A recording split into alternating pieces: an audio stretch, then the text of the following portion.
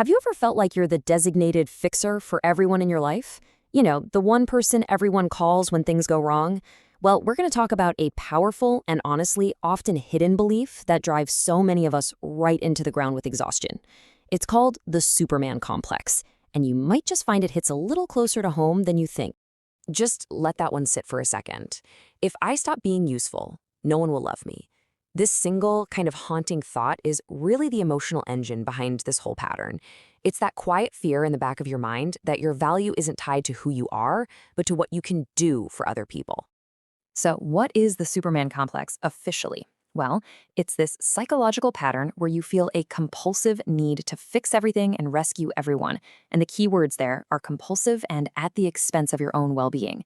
See, this isn't just about being a nice, helpful person. It's a deep-seated drive where you feel like you have to solve things, even when it leaves you feeling totally drained. All right, so to really get this, let's dive into what it looks like on the inside. Let's call this the fixer's profile, where we can start to recognize the classic signs of someone taking on way, way too much. And I want you to really think about this for a moment. Do you feel that constant weight, that internal buzz that tells you if there's a problem anywhere near you, it is automatically your job to fix it, even if nobody actually asked you to? That right there, that's a cornerstone of this complex. So here's what the day-to-day reality of being the fixer looks like. It's like you're wearing this invisible cape, right? You're always swooping in, taking on other people's responsibilities and putting their well-being miles ahead of your own. And the result? You end up feeling completely burnt out and, kind of ironically, a lot of the time unappreciated. Your entire sense of self-worth gets tangled up in how useful you are, which makes it feel basically impossible to say that one simple, powerful word, no. And here's the real catch.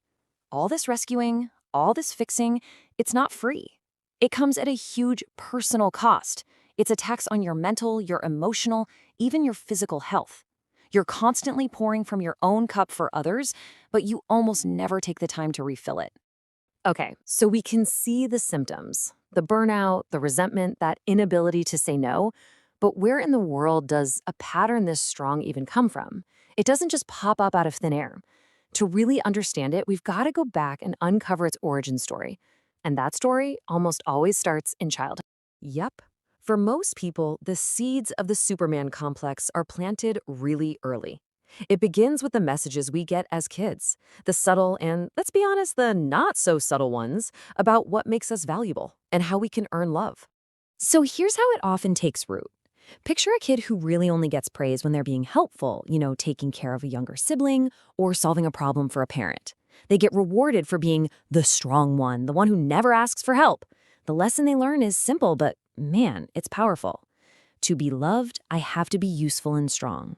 And that belief, it doesn't just go away. It becomes this quiet, unconscious program that runs their entire adult life.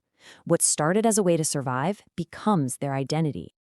And this brings us to what might be the single most important takeaway from all of this.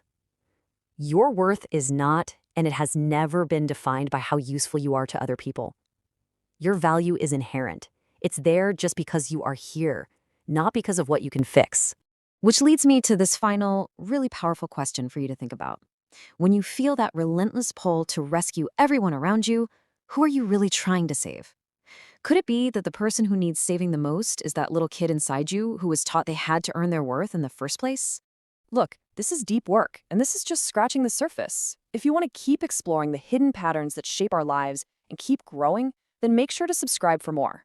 Thanks for being here.